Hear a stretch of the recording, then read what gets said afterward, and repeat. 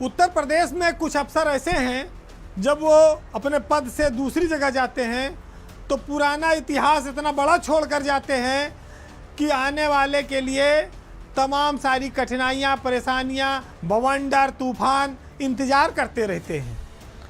बात आज हो रही है नोएडा की। नोएडा में एक मामला हुआ। देश के रक्षा मंत्री राजनाथ सिंह, उनके पुत्र नोएडा से विधायक हैं पंकज सिंह, उन्होंने यूपी में सबसे महत्वपूर्ण ताकतवर अफसर मनोज कुमार सिंह पर तमाम सारे हमले बोल दिए। क्यों? क्योंकि नोएडा में उनके घर को किसानों ने घेर लिया था। किसान धरने पर बैठे थे, हजारों की संख्या में थे, लाउड स्पीकर लेके पहुंचे, पुलिस ने रोका, लेकिन तोड़ ताड़ के वो विधायक के घर का घेराव करने पहुंच गए।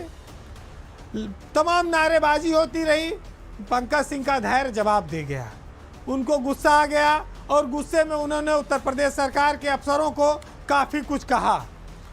नोएडा के किसानों के सामने उन्होंने वादा किया कि अगर 15 दिन के भीतर वो समस्या हल नहीं करा पाएंगे तो वो भी उनके साथ धरने पर बैठेंगे। गौरतलब है कि नोएडा अथॉरिटी की लापरवाही के चलते उत्तर प्रदेश में नोएडा के किसान परेशान हैं और उनको बार बार अधिकारियों का, विधायकों का घेराव करना पड़ता है। अफसरों की लापरवाही के चलते जनप्रतिनिधियों को किरकिरी का सामना करना पड़ता है। सरकार पर तमाम सारे सवाल खड़े होते हैं। किसान आंदोलन कर रहे हैं। क्यों? क्योंकि करे कोई भरे कोई, करके गई ऋतु महेश्वरी, भरेंगे मनोज सिंह। मामला पिछले कई सालों से चल रहा है। नोएडा के इस समय चेयरमैन है मनोज कुमार सिंह। जब किसानों ने पंकज सिंह का घर घेर लिया तो पंकज सिंह ने सारा गुस्सा मनोज सिंह पर उड़ेला। उनका आरोप था कि अधिकारी लखनऊ में बैठकर तमाशा देखते हैं और जनता का गुस्सा विधायक और जनप्रतिनिधि झेलते हैं। लेकिन ये आंदोलन आज से नहीं चल रहा है, पिछले कई सालों से चल रहा है। नोएडा के 81 गांव के किसान पिछले कई सालों से आंदोलित हैं। उनकी ज़मीनें करीब 20 साल पहले 2003 के आसपास विकास प्राधिकरण ने ली थी। कहा गया था कि जो विकसित ज़मीनें होंगी उसका 10% का प्लाट किसानों को वापस दिया जाएगा और इसके अलावा किसानों ने कहा कि हमको बढ़ा हुआ 65% जो मुआवजा बचा है वो दिया जाए। इसके अलावा किसान ये चाहते हैं कि जो 10% ज़मीन मिल रही है उसमें 5% ज़मीन पर उनके जो प्लाट हैं उस पर व्यवसायिक गतिविधि करने की अनुमति दी जाए।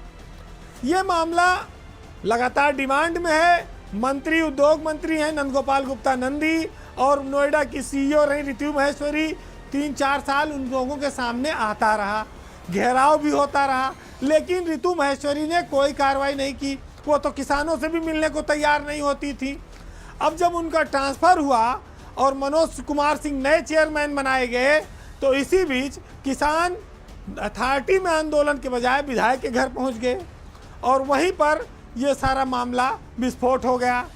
अब जो आदमी 2 महीना पहले नोएडा के चेयरमैन का चार्ज लिया हो, वो 5 साल से चली आ रही समस्या को निकालने में कैसे कामयाब हो?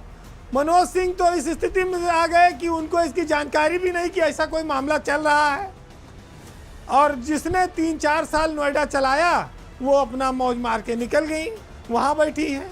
उनसे कोई जवाब तलब नहीं करने वाला है कि भैया कोरोना काल चल रहा था, मीटिंगों के नाम पर 3-3, 4-4 लाख का बिल का खाना बनता था, लोग खा गए सरकारी पैसा। वो मीटिंगें किसके साथ हुई? किसान का तो कोनो न मीटिंग हुई और चाय भी बड़ी मुश्किल से किसान के नेताओं को पूछी जाती थी, वो भी गिनती के लोग बड़ी मुश्किल से अंदर बुलाए जाते थे। 4-4 लाख रुपया के महीने में खाने पीने पे, नाश्ते पे खर्चा हुआ मैडम के ज़माने में। तो ये विचित्रता और इस सरकार में ये चीज़ें मॉनिटरिंग वाली बात है कि भाई आप किसी पद पर 3 साल 4 साल रहकर चले जाएं और तमाम लंबित समस्याएं छोड़ जाएं, आपकी कोई जवाबदेही नहीं है। और जो नया आदमी आए वो गाली खाए, वो रोज शोर मचे।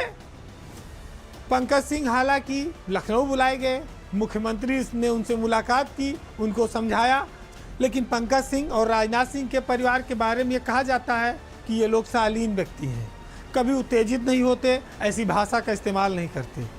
लेकिन जब किसी के सर पे इतनी बड़ी मुसीबत आ जाएगी, हजारों लोग उसका घर घेर लेंगे, तो शायद ये पहला वाकया है राजनाथ सिंह के परिवार में, पंकज सिंह के विधायक के 2 टर्म के कार्यकाल में, जब इस तरह से उन्होंने अपनी ही सरकार के किसी अफसर को कटघरे में खड़ा किया हो। लेकिन असली अफसर छूट गया, वो नोएडा से जा चुका है और जिसकी वजह से आज तक ये समस्या हल नहीं हुई।